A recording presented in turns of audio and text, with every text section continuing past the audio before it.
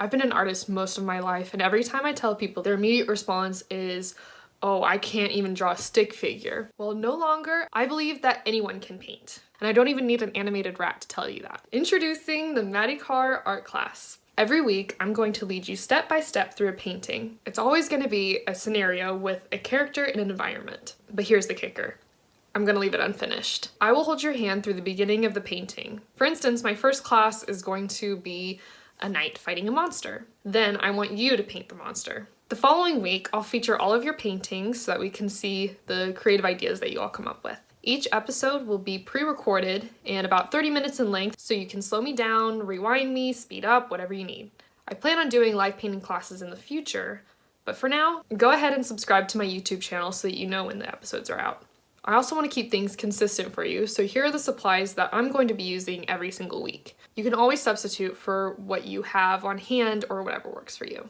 Okay, so here are all the supplies on the screen, but if you want more advice, keep watching. First, something to paint on. Now, when you're painting anything, you need something that's gonna be tough enough to hold up to the water and the thickness of the paint. So that means no printer paper, ever.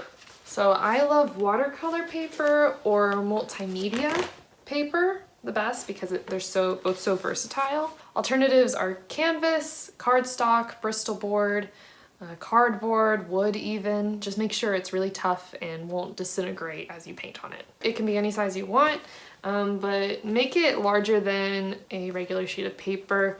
I like to go with 11 by 14. It's pretty big. I like to paint big as well. It'll be easier for you guys to see. Just make sure the page is bigger than 8 by 11.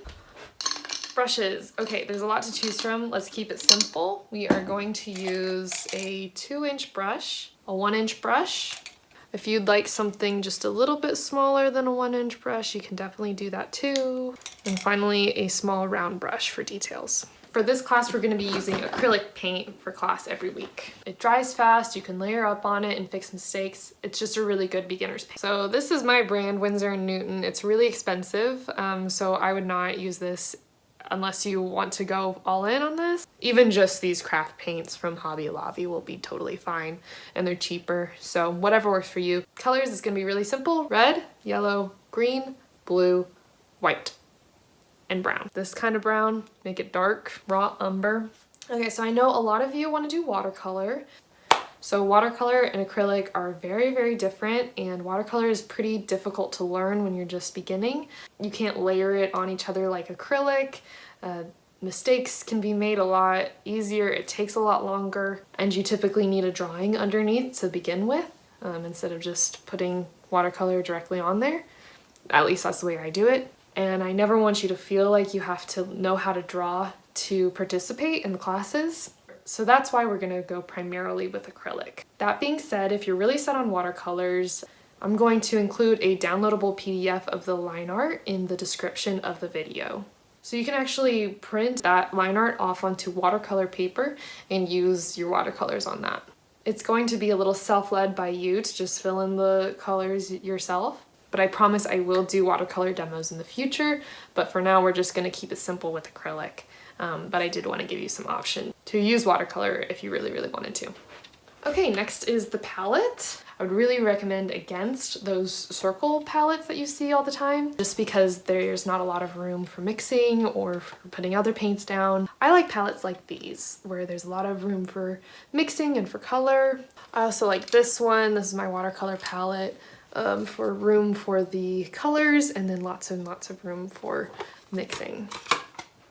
You can even use like a butter lid or some sort of box lid. This is the back of a cutting board, a glass cutting board. For your water jar, an empty spaghetti jar will do just fine, or an old cup. Just make sure it's filled with clean water and be sure to clean your brushes at the end with soap and water. Finally, probably goes without saying, but make sure that you are protecting your flat surface that you're working on, whether it's a table or your wall or the floor. Protect it with newspaper, designate a special t-shirt for painting, or wear clothes that you don't care about, because art can be messy.